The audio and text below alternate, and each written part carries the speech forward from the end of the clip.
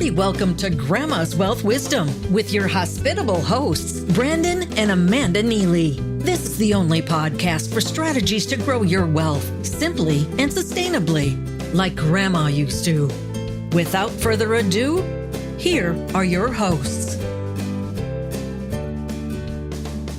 Hi, I'm Amanda, and welcome to Grandma's Wealth Wisdom, where we work with you to build wealth Grandma would be proud of. And I'm Brandon. Today we're going to be continuing a tale of two grandchildren. But before we jump into that, we want to read another 5-star review. The review comes from C.J. Johnson. And it says, Brandon and his wife Amanda are refreshing in every way and light years ahead of most in understanding the fundamentals of good money management. I love the title of their new brand, and we can all find a higher purpose, community, and impact of generations in all of their daily lives if we're intentional in doing it. So thanks, CJ Johnson, for your review. And for the rest of you, I want to say something about this. So he says that we're light years ahead of most in understanding the fundamentals. However, we're going backwards in looking at our grandparents. So maybe we're light years behind. But maybe that's a good thing. Okay. Well, what I was going to say is that, as you may have heard, ratings, reviews, and subscribers are super important. They not only help us know that we're making an impact through the podcast, but also they help the podcast reach more people. So we decided that we're not beyond bribing you. Here's the deal.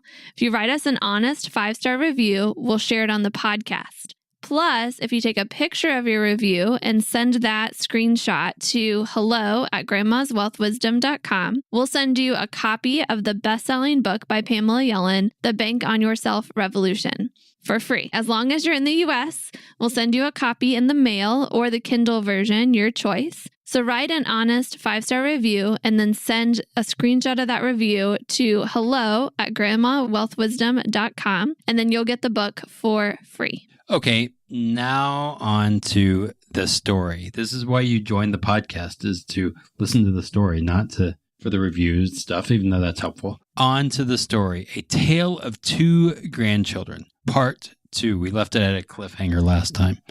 If you haven't listened to Part 1, go back and listen.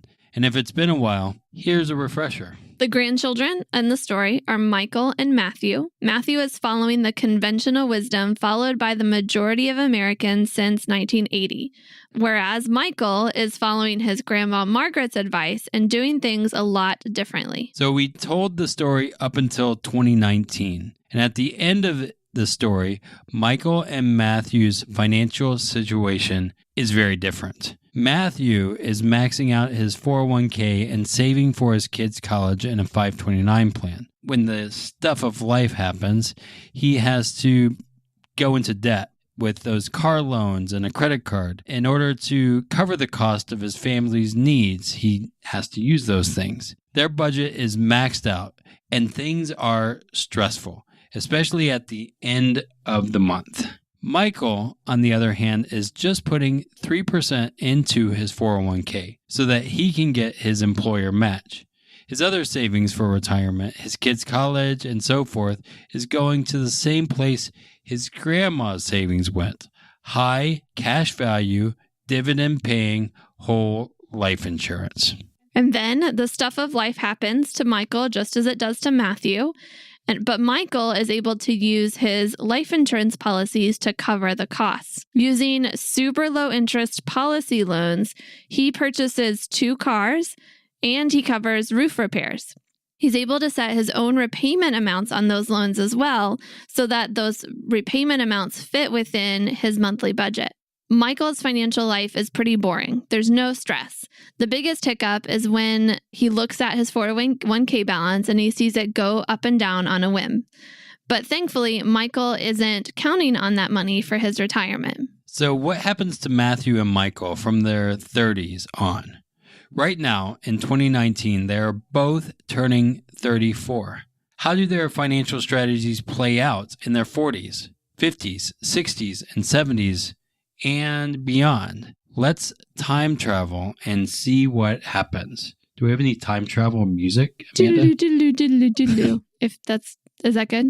Okay. So time traveling into the future. Matthew has been working hard to keep up with his plan. He continues to get mediocre pay increases throughout his 30s and 40s. Even though he's producing a lot of money for his company, more of that productivity continues to go to the top senior executives rather than to him and his peers. The salary increases are minimal. Yet, Matthew continues to put all he can into his 401k and 529 plans to cover the long-term costs of retirement and college. The total going into his 401k and 529 plans ends up being about 5% of his income. Right. And when Matthew is 48, his first kid starts college. It's 2033, and the costs of college have continued to soar. His 529 plans, though, didn't get the returns that he was promised when he set them up. So he had to use the equity in his home to take out both a home equity line of credit, a HELOC, and Parent Plus loans to help his kids go to college. And the kids still had to take out more loans on top of Matthew's HELOC and Parent Plus loans in order to complete their degrees. When Matthew gets to his late 50s, all his kids are done with college and on their own. Now Matthew starts to take a serious look at what's left for retirement. His term life insurance is going to expire in his early 60s. Yet, he's still going to have that line of credit on the house and the Parent Plus loans that both went towards helping his kids go to college. He still has credit card debt because life just keeps happening. There always seems to be another repair, another kid needing braces, or larger holiday spending than anticipated. And by the time he pays off one car loan, they need another car and he has to take out another loan to get it. He's even had to take a loan from his 401k to cover a major medical expense not covered by his health insurance. So remember, Matthew's plan was to be completely out of debt by the time his term life insurance expired so that he could, quote unquote, self-insure. And we'll have to do another episode on the whole idea of self-insuring and why that may or may not be a good idea. But that was Matthew's plan. Things would have been different if he was able to buy low and sell high. But he never seemed to be able to see a market crash coming in order to get out before or have cash to buy while it was low. Yeah, so Matthew's average rate of return on his 401k is 3.98%. And that's the average everyone is saying. Matthew's not unique in this. And that 3.98% is before taking into account fees and taxes. At this point, Matthew is just hoping to get out what he's put in and what his employer put in as well. I mean, he thought of draining his 401k and paying off his debts, but taxes are a lot higher than they were during the golden years of the 2016 tax law that expired in 2025. If he used the 401k to pay off his debts, he'd take a huge tax hit. Plus, he's still hoping for another roaring 20 like the years between 1980 and 2000 when the stock market saw huge growth. He's hoping for another 20 years just like that to give him the gains that he's been told would be there for him at some point. So he's approaching 60 years old with a whopping $250K in his 401k and over $100,000 in debt. And he meets with his financial advisor to strategize when he'll be able to retire and how much he'll be able to use each year from his 401k. And right now, it looks like he'll be able to retire at 65 and have less than $1,000 per month in retirement income from his 401k. Less than $1,000 per month? That's not as much as he thought he would have doing everything right like you did. And he can work longer and potentially have more money. Right, but that's not what he thought he would have to do either. He thought he was, following the secure way, what everyone else was doing. And that's the path he chose and the path he stuck to. And this is where he's ended up, though, following that path. He's in his 60s, still in debt, looking at living on very little or having to work the rest of his life in order to have enough money to live on. Grandma always said, eat your vegetables. She loved making home-cooked meals with healthy food and from-scratch desserts. Would you create a diet of fast food or cookie-cutter financial products that made you fat and bloated with fees? Or would you like wholesome, time-honored wealth strategies served with balance and trust? Get started with your healthy money planning by downloading Wholesome Wealth Recipes. Your Moolah cookbook is waiting for you at grandmaswealth.com. Michael's story is a lot different. Remember, Michael is the other one, not Matthew. Michael now has 6 high cash value, dividend paying whole life insurance policies specifically designed for him. 2 on himself, 2 on his wife, and 1 on each now adult child. He started them when they were just a couple months old. So 6 total. And because the cash value of his policies are available to him, he's been able to use the policies to cover various items throughout his 40s and 50s. And in the last episode, we already talked about taking policy loans to purchase cars and make roof repairs. And Michael has continued to do that anytime they need a new car or need to make repairs. He's also taken policy loans for the kids' braces and some major medical expenses not covered by health insurance, and even some fun activities like a family trip to Africa to show his kids a different culture and way of life. During a major market downturn, Michael even used a policy loan to purchase a rental property for well below market value. When banks were being super strict on loans, Michael was able to get a huge deal on the property. Then he used the rent paid by his tenant to pay back the policy loan and now has a passive income each month to add to his wealth.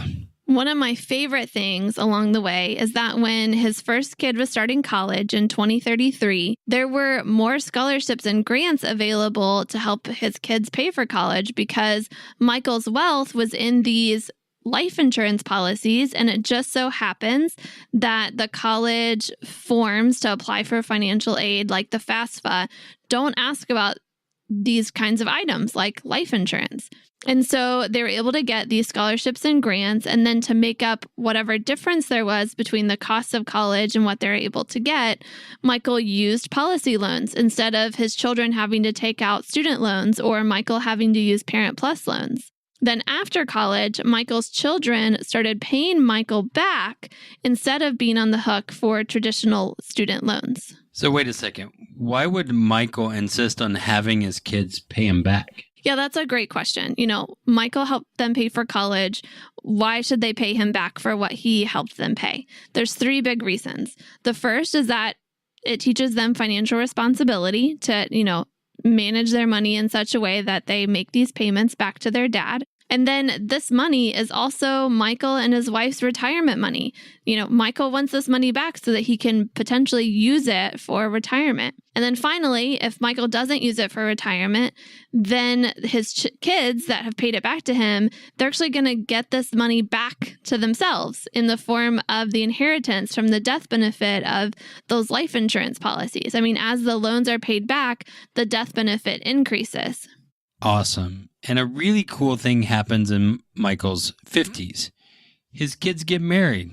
And as a wedding gift, Michael gives them the policies he started on them when they were in diapers. He sits down with each kid and their spouse and shares with them the philosophies his grandma Margaret taught him. He tells her story and his story and gives them the resources to write their own story to pass along to their children and grandchildren. Yeah, so with his kids out of the nest, Michael's next 6-month review with his advisor is a celebration of the years leading up to retirement. He learns that he's right on track to have a 6-figure income in retirement from those 4 policies him and his wife still have. There's a high degree of certainty in these numbers. No market downturn is scaring him. No advisor fees are going to reduce his cash value. For every dollar he adds in premium between now and retirement, his cash value increases by more than that dollar and just increases what he has available to him. So today we've told the story of Matthew and Michael from their early 30s to their 60s and what retirement looks like going into it. Yeah, just to give you an idea, a rough estimate of the interest payments that Matthew paid throughout the years, they were on average $12,000 per year. That's $120,000 over 10 years. And if you take that over, the 30 years between his early 30s and his 60s, that's $300,000 if you take that average over those 30 years. That's a lot of money, $300,000. That's more than Matthew has in his 401k. The balance there is only $250,000. Yep. As we're looking at this, you can see Matthew paid a guaranteed interest rate to the banks and finance companies for the majority of his life, while also riding the roller coaster of Wall Street's rate of return that has no guarantees, except that it will go up and it will go down. And, he used that in his 401k and 529 plans. Yeah, hence roller coaster. Yep. We even gave Matthew a positive 3.98% rate of return on his 401k.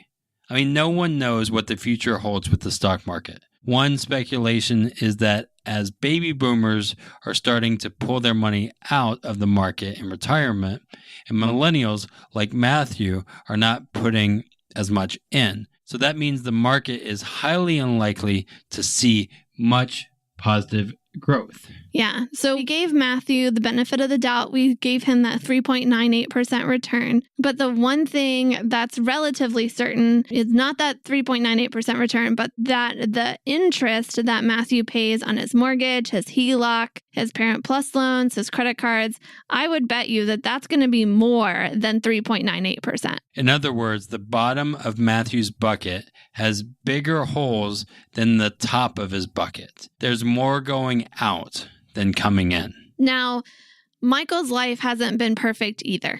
There have still been some major medical expenses. There's been kids' braces, roof repairs, new cars to buy, all those things. Yet, he took a very different path and created this stable foundation. In fact, his cash value in his 4 life insurance policies is in the millions. He's able to count on a 6-figure income the minute he retires, and that income will be income tax free. And he's able to still collect Social Security, if that's still around by then. Whatever he gets in Social Security income is also pretty much tax-free because that Social Security income is his only reportable income. Aside from the one rental property that continues to provide a monthly revenue stream. Right. I almost forgot about that. So remember, that $12,000 on average per year that Matthew is paying in interest alone. Well, what did Michael pay? Michael saved almost all that interest by using his policy to finance purchases instead, from cars to kids' college to vacations. Instead of taking a HELOC and a Parent Plus loan or using a credit card, he used the loan feature on his policy and saved a bunch in interest. Yeah, but what did Michael still pay interest on? Well, his mortgage. And why did he do that? Because he could deduct that interest from his taxes and save the money there instead. Oh. And he did have some interest on his policy loans, but it was relatively low. A lot lower. So we tried to keep this story as realistic as possible without boring you with all the statistical details that informed our story. But what's the moral of the story? I guess the moral is this simple question. Do you want to be Matthew or Michael? So Matthew is on the path the majority of people nowadays take. They tie up their money in plans like the 401k and then finance their major purchases and pay lots and interest to banks and finance companies. Michael is taking the path his grandmother took and half of Americans used in his grandma's day. He keeps the majority of his savings in a safe, easily accessible place so that he can use it throughout his lifetime. If, like us, you want to be like Michael, not be like Mike, that's a different Mike, But if you want to be like Michael and his grandma, Margaret, you need a trustworthy guide to help you. Even Michael didn't do it alone. He had his grandma to, share with him these philosophies. He also had a financial professional to work with and help him through it. And that financial professional had special training and accountability to walk alongside Michael over the years and talk him through the various choices he made. This guide didn't make the decisions for Michael, but was a sounding board to help him process and make the best decisions for himself. So if you would like to be like Michael and have a guide or sounding board, we'd love to see if we'd be a good fit for you to work in that capacity. To find out, all you got to do is go to grandmaswealthwisdom.com and click Request a Meeting. Then, on that page, you can schedule a 15 or 20 minute call to begin the conversation and see if we would be a good fit. So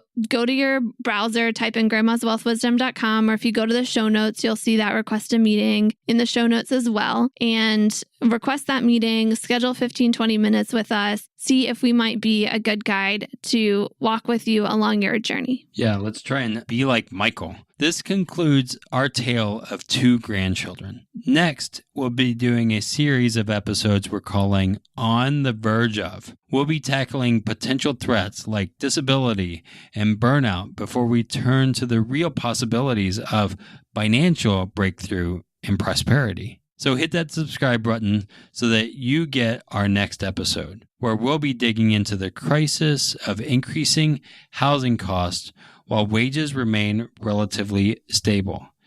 This episode is for anyone who feels their rent is too damn high. They'll never be able to buy a home, or they are house poor due to their mortgage. We've got some hope for you in the next episode. Until next time, keep building your wealth simply and sustainably for your own future and the future of our grandchildren's generation. The topics presented in this podcast are for general information only and not for the purposes of providing legal, accounting, or investment advice. On such matters, please consult a professional who knows your specific situation.